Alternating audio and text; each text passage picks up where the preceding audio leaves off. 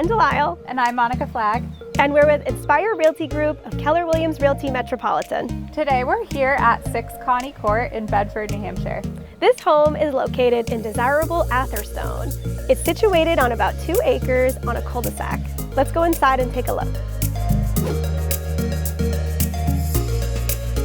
This brick-front colonial was built in 2006. It was built by Viens and Sons, a custom Bedford builder. They are known for their woodwork and craftsmanship.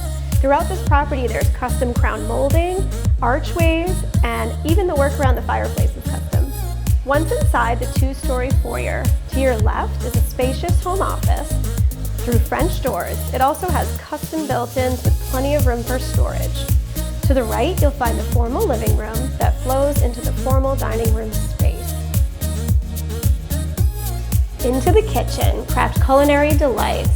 There is a granite island, gas cooktop, and double oven, as well as stainless steel appliances and more. The kitchen space flows into the Cathedral Ceiling great room with a Rumford Fireplace, transom windows overlooking the backyard.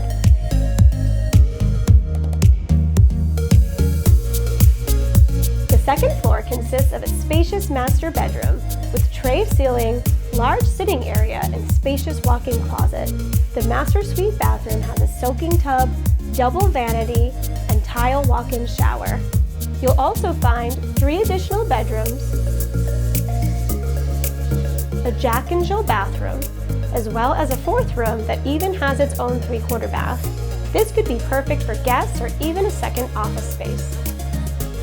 Downstairs, the finished lower level offers so many possibilities with daylight windows and a walkout sliding door to the backyard. The finished kitchenette includes a second refrigerator, large freezer, dishwasher, and granite countertops.